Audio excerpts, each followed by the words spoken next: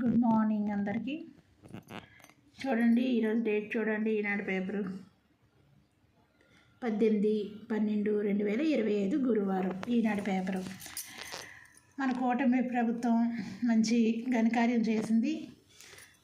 ఏంటంటే చూడండి, ఇక్కడ ఇంకా మీదట గ్రామ వార్డు సచివాలయాలు స్వర్ణగ్రామం కింద మారుస్తున్నారంటే ఇది ఆల్రెడీ జగన్ సచివాలయాలే పెట్టారు. సచివాలయం పేరు తీసి మళ్ళీ స్వర్ణగ్రామం ఎవరు పలుకుతారండి? స్వర్ణగ్రామం అని అవసరం.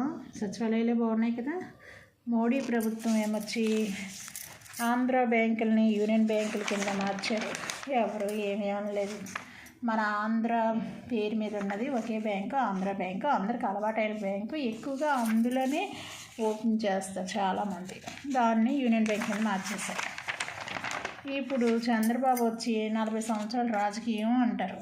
కానీ 40 సంవత్సరాల రాజకీయంలో తన సొంతంగా ఏవైనా పథకాలు పెట్టారంటే ఏమీ లేదు. కూటమి ప్రభుత్వం వచ్చిన తర్వాత జగన్ గారు పెట్టిన పథకాలనే రివర్స్గా పేర్లు మార్చడం, లేకపోతే అవే మళ్ళా వేరేగా మార్చి పెట్టడం నేనే సాధించానని చెప్తూ ఉంటారు కూటమి ప్రభుత్వంలో చంద్రబాబు నాయుడు, పవన్ కళ్యాణ్. చూడండి, ఈ మాత్రం చేశారు. ఫ్రీ బస్ పెట్టారు ఆడవాళ్ళకి ఫ్రీ బస్ పెట్టడం వల్ల పాపం చదువుకునే కుర్రోళ్ళు బస్సు వెనకని పరిగెట్టవలసి వస్తుంది. చూడండి, బస్సు ఎక్కాలంటే పరుగులు తీయాల్సిందే కుర్రోళ్ళు పాపం. ఎప్పుడు చూసినా బస్సు నిండుగా ఆడవాళ్ళకి పని ఉన్నా లేకపోయినా వెళ్ళిపోతున్నారు, అటు ఇటు తిరుగుతున్నారు. మరి చదువుకునే కుర్రోళ్ళకి మాత్రం ఇలా బస్సు వెనకని పరిగెట్టి రేపు జరగరాంది ఏమైనా జరిగితే బాధ్యులు ఎవరు? ప్రభుత్వమేనా? జనానికి అవసరమైనవి పెట్టినా పర్వాలేదు, కానీ ఊరికే పథకాలు పెట్టి జనాన్ని రెచ్చగొట్టడం, జనంలో మనుషులకి గొడవలు పెట్టడం అనవసరం అనుకుంటున్నాను. అందులోని ఫ్రీ బస్ మరీ వేస్ట్. ఆర్టీసీ లాసుల్లోనే ఉన్నప్పుడు ఇంకా లాసు.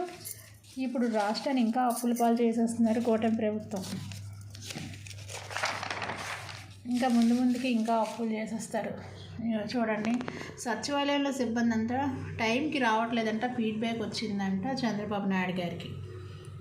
వీళ్ళు ఎక్కడో వచ్చి 2 సంవత్సరాల దగ్గర కావస్తుంది కూటమి ప్రభుత్వం. ఇంతవరకు కూడా సచివాలయం వాళ్ళు కరెక్ట్గా టైంకి రావట్లేదని, సరిగ్గా పనిచేయట్లేదని ఇప్పుడు చెప్తున్నారు.